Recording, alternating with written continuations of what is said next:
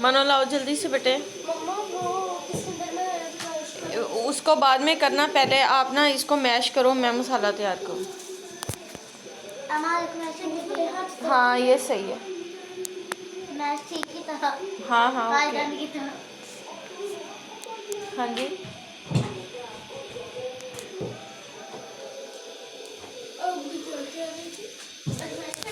हाँ जी।